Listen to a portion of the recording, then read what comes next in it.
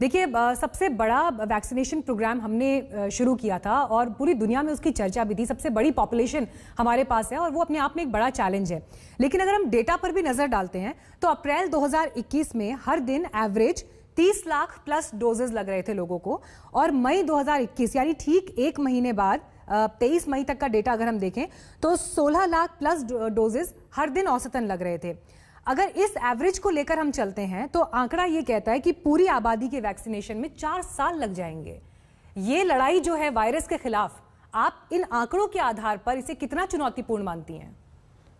तो आपने सही कहा, और अभी जैसे आपने सुना दूसरे पैनलिस्ट के जरिए और also professor Paul NITI Aayog का वो उन्होंने जो डिक्लेरेशन किया है कि यस, डिमांड एंड सप्लाई में डेफिनेटली गैप थी, तो इसीलिए तो वो जो सारा जो परसेंटेज ऑफ वैक्सीनेशंस कम हो गया है।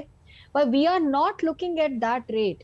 वी आर होपफुल कि वैसे नहीं रहेगा अगले आने वाले महीनों में, because there are so many other vaccines which are going to come. कि बहुत सारे एजेंसीज हमें हौसला दे रहे हैं कि हमको वैक्सीन मिल जाएगा, it is just a matter of time, and वो टाइम भी बहुत कम टाइम पे आएंगे। तो if there is a supply then ये रेट नहीं होगा, rate will be ramped up. अगर हम 10 करोड़ वैक्सीन एक agency Bharat Biotech itself is going to give us every month, और बाकी वैक्सीन जैसे स्पुतनिक भी आ गया, now that will be rolled out. And अगर ये सिंगल शॉट वैक्सीन की जो बात कर रहे तो उसमें so we not even bothered about the second shot. And जो गोल पोस्ट जो चेंज हो गया, जैसे हमारे दूसरे पैनलिस्ट ने बताया कि हमारे एसओपीज भी चेंज हो गया।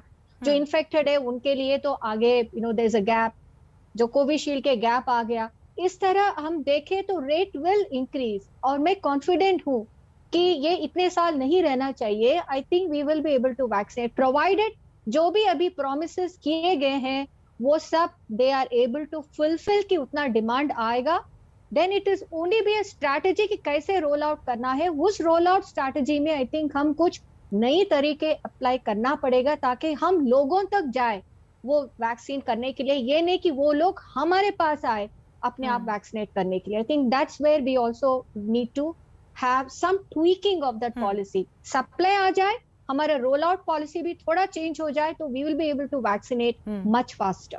डॉक्टर स्वप्निल मेहता, जिस तरह से वैक्सीनेशन की जो रफ्तार धीमी पड़ी और अचानक से हम देख रहे हैं कि डिमांड और सप्लाई के बीच एक बहुत बड़ा अंतर आ गया, और जो अब जिस तरह की खबरें लगातार आ रही हैं कि जो अब उत्पादन बढ़ाने की बात हो रही है या विदेशों से जो कॉन्ट्रैक्ट्स की बात हो रही है, उसका असर भी जमीन पर आने में काफी वक्त लगेगा। उस लिहाज से अगर हम ये अगले 2-3 महीने देखें तो ये तो टाइम जो है हमारे लिए अभी बहुत ज्यादा चुनौतीपूर्ण है, जिसमें और ज्यादा फोर्स लगाने की जरूरत होगी।